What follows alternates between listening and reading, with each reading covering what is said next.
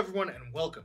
I've built this entire channel to give you guys reviews, honest reviews and opinions on various tech products and services that we might use. And today we're going to broach a subject that's both interesting and can end up being a little bit controversial for Apple fans. We're going to talk about gaming on Apple's new MacBooks powered by their own Apple Silicon chips dubbed the M1, M1 Pro and M1 Max respectively. Now before we get started, there's something that I need to establish pretty clearly. These new chips from Apple, both the M1 Pro and M1 Max, are industry leading. They're absolutely fantastic.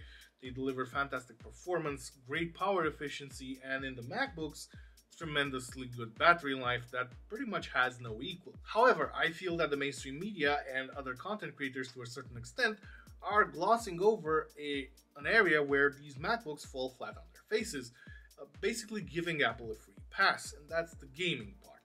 More about it right after the intro. Why do I feel that the media is kind of giving Apple a free pass here? Well, to put it simply, Apple's MacBooks and the Macs powered by their own silicon, they're terrible gaming machines. Absolutely terrible out of the box. And I know I'm going to get a lot of hate mail in the comment from Apple fans, but please bear with me a couple of minutes and I'll explain it. There are a couple of other videos that I think broach this subject very well from two very respected content creators. One's from Dave2D and the other one is from Snazzy Labs. So why do I say that they're actually terrible for gaming? Let me give you a simple example, right? If you go and buy a Sony PlayStation 5 for Christmas and you end up being lucky and you find one that scalpers haven't gotten to and you're able to get it at release price, what's the process? Well, it gets delivered to your home, you take it out of the box, you hook it up to your TV, maybe install a couple of software updates, download or install the game that you want to play, and you go ahead and play it. You might then point out that, well, the console is specifically designed for gaming, I'm a little bit of an idiot here or a little bit harsh. Okay, granted, how about Windows machines? Let's say you buy a high-powered gaming laptop, or maybe you want to build your own PC, and also you're lucky, you find a graphics card that hasn't been bought by the crypto miners. You buy that, you assemble your own PC, and the process is really similar to the console. Get out of the box, you maybe install some software updates on it if needed, you find a game you want to play, you install it, and you go ahead and play. That's not really how it goes for Apple's own computers. Let me exemplify. So I did a very simple, quick experiment yesterday. I went to Steam, I looked for the 10 most played games on the platform, right? And out of those 10 games, only 5 are playable on the Mac out of the box, and that's only running through Rosetta, which is a crutch basically. It's an interpretation software, translation software if you will, that Apple built to allow apps built for Intel Macs to also run on M1 powered MacBooks as well. And it's not the first time when they do a workaround. Before last year, they used a different crutch. You see, the Macs all had Intel chips inside them, Intel GPUs or graphics chips from AMD. This meant that Apple came up with Boot Camp, which basically allowed you to install Windows alongside macOS on your Mac. And if you wanted gaming, just boot up your Windows machine and that's it. And you can very well say, well, Apple just doesn't care about the gaming world. That's not really true. You see, the biggest gaming company in the world is, well, Apple.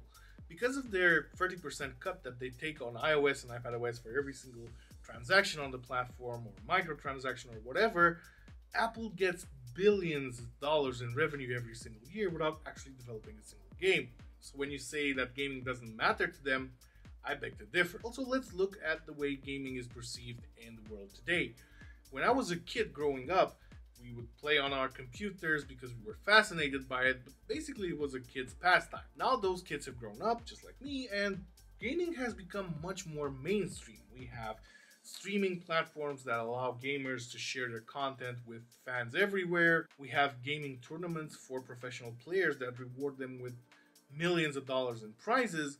So gaming is a really important pastime for, guess what, a ton of people. So maybe the whole approach of, gaming doesn't matter that much would have been kind of understandable with cheaper, lower-end machines or first-gen machines like the M1 that I have here from last year.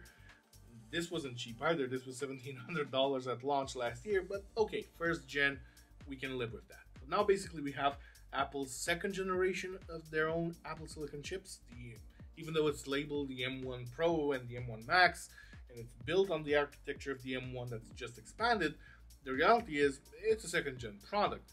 And these products are considerably more expensive. The cheapest entry-level 14-inch MacBook starts at $2,000, and prices go way higher than that. So even if gaming is not necessarily your main interest when buying one of these machines, the fact that you have limited options out of the box is a bit of a problem, and it's a massive letdown. Sure, I get it. These are machines for professionals. They're for professional users, prosumers, so to speak, who are going to use them to earn money, and that's all good. I agree with that, but I wasn't aware there is a specific rule banning video producers or audio producers from actually gaming on that same machine in their time off, because, you know, people don't work 24/7.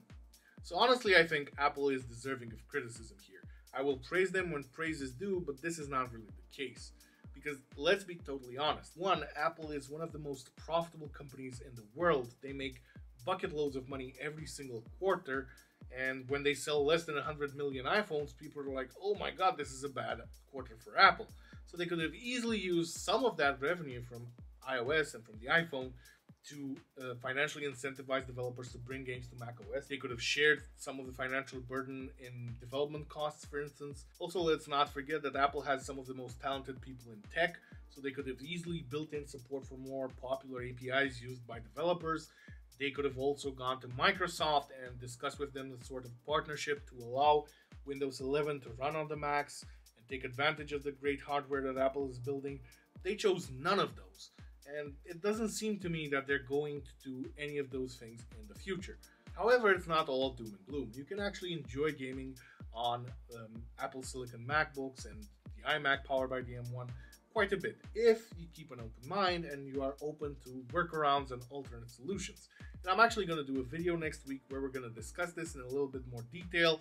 I'm going to give you my opinion on what is the best option to enjoy gaming on your MacBook. If you want to see that video, make sure you subscribe to the channel and turn on notifications so that you don't miss out on any of my future content. Also, if you enjoyed today's video, consider giving it the thumbs up, since, well, we can't give videos thumbs down anymore.